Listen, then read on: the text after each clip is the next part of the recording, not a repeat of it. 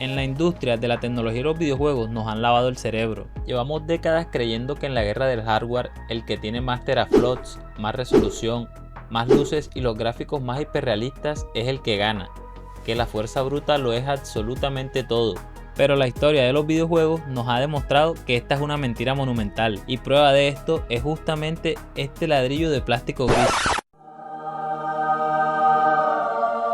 Con una pantalla verde borrosa que no se podía ver en la oscuridad, un procesador que ya era viejo cuando salió al mercado y altavoces que sonaban como la radio de mi abuela, la Game Boy no solo compitió contra consolas a todo color y 100 veces más potentes, las aniquiló por completo. Las mandó directamente al cementerio. Hoy vamos a descubrir cómo Nintendo dominó el mundo entero jugando sucio y reciclando basura tecnológica. Esta es la historia de la sangrienta guerra de las pilas y el triunfo absoluto de la Game Boy. Para entender cómo fue que un pedazo de plástico tan modesto logró derrotar a la tecnología del futuro, tenemos que hacer un viaje a los cuarteles de Nintendo a finales de los años 80 y hablar de un genio absoluto, el ingeniero Gunpei Yokoi. Yokoi no era el típico ingeniero obsesionado con la velocidad y la potencia. De hecho, inventó una filosofía de diseño que en japonés suena muy poética, pero que en la práctica financiera era maquiavélica. Pensamiento lateral con tecnología marchita. ¿Qué significa eso exactamente?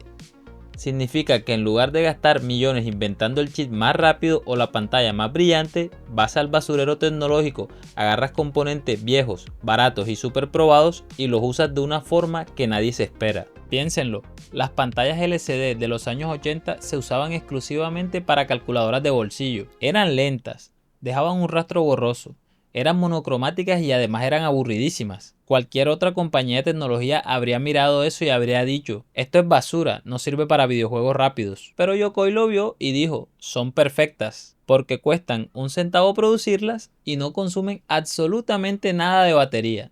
Mientras la industria entera, liderada por Sega y Atari, corría desesperadamente hacia el futuro buscando retroiluminación y miles de colores, Nintendo construyó su próxima gran apuesta sobre una tecnología deliberadamente obsoleta, un hardware tan increíblemente básico que, sobre el papel, parecía una broma de mal gusto frente a los monstruos que estaba a punto de lanzar la competencia. Ahora, pónganse en los zapatos de los ejecutivos de Sega y Atari en 1989. Ven que Nintendo lanza su Game Boy con su pantallita verde y sin luz y piensan enseguida, ganamos, vamos a destrozarlos. Y tenían motivo para creerlo. Sega sacó la Game Gear, que básicamente era una consola de sobremesa comprimida. Tenía una pantalla a todo color, retroiluminación para jugar en la oscuridad y gráficos que hacían ver a la Game Boy como un juguete prehistórico. Atari hizo lo mismo con la Lynx, que hasta se podía voltear para jugar con la mano izquierda. Eran máquinas venidas del futuro. Pero había un detalle. Un pequeñísimo e insignificante detalle de hardware que Sega y Atari ignoraron por completo en su obsesión por la potencia. La maldita logística de las baterías. Es que tener un procesador rapidísimo y luces de neón en tus manos tiene un coste energético brutal. La Game Gear necesitaba la absurda cantidad de 6 pilas AA. ¿Y saben cuánto tiempo duraba encendida? Apenas 3 horas. Si te ibas en un viaje largo por carretera, tenías que llevar una mochila entera llena de baterías solo para terminar un nivel de Sonic. Y aquí es donde el pensamiento de la tecnología marchita de Nintendo se convirtió en una genialidad malvada, porque la Game Boy solo necesitaba 4 baterías y duraba entre 15 y 30 horas. Al final del día, los que compraban las consolas no eran los niños que entendían de teraflops, eran los padres. Y cuando un padre se daba cuenta de que la consola de Sega lo iba a dejar en la ruina comprando pilas cada fin de semana, la decisión se tomaba sola. Nintendo no ganó la guerra de los 90 con mejores gráficos. La ganó porque entendió que una consola portátil apagada en el asiento trasero de un carro no sirve absolutamente de nada. Pero tener baterías infinitas no servía de nada si no tenías que jugar. Nintendo sabía que Mario iba a vender consolas entre los niños, pero ellos querían dominar el mundo entero. Necesitaban un juego que le gustara tanto a un niño de 10 años como a un ejecutivo de 40. Y la respuesta estaba escondida detrás de la cortina de hierro. A finales de los años 80, un ingeniero ruso llamado Alexei Pashiknov había programado un jueguito de bloques que caían. Era tan adictivo que el gobierno soviético se dio cuenta de que estaba arruinando la productividad de sus trabajadores. Ese juego era Tetris.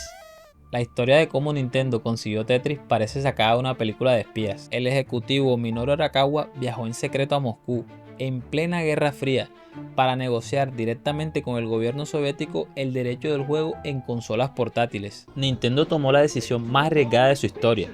En lugar de incluir el juego de Mario gratis en la caja, incluyeron Tetris. Fue una jugada maestra. Tetris en Game Boy era el matrimonio perfecto. Convertía la consola en una adicción portátil para adultos. Sega podía tener colores, pero Nintendo tenía el monopolio del tiempo libre de la humanidad. Esa estrategia funcionó durante años, pero para 1996 la Game Boy ya era un anciano moribundo, llevaba 7 años en el mercado. La tecnología marchita ya no era marchita, estaba en descomposición, las ventas caían en picada y todos daban a la consola por muerta. Pero entonces, de la nada ocurrió un milagro. Un desarrollador llamado Satoshi Tajiri, obsesionado con cazar insectos en su infancia, lanzó un juego de rol extraño y complejo. Nintendo no le tenía mucha fe, pero Pokémon Rojo y Verde no solo era un juego, era un virus social. Y aquí está la genialidad. Pokémon explotó la única ventaja técnica que nadie más tenía, el cable Link. Para completar el juego, estabas obligado a conectar físicamente tu Game Boy con la de un amigo para intercambiar Pokémon. Tal fue el punto que se volvió un fenómeno social. De la noche a la mañana, una consola obsoleta con casi una década de antigüedad volvió a ser el dispositivo más deseado del planeta, aplastando de nuevo a competidores muchísimo más modernos. Todo por culpa de unos animalitos de bolsillo. Otra vez el software volviendo a salvar el hardware. La Game Boy original y la versión color vendieron la absurda cantidad de 118 millones de unidades.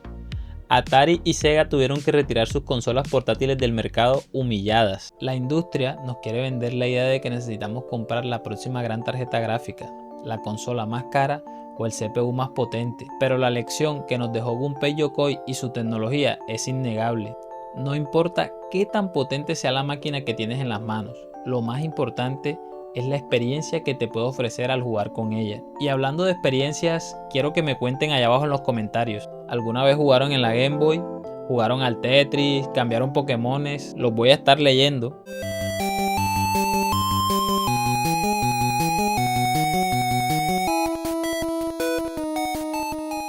Si les gustó este viaje al pasado, no olviden dejar su buen like y suscríbanse para más. Yo soy Bra04 y nos vemos en la próxima.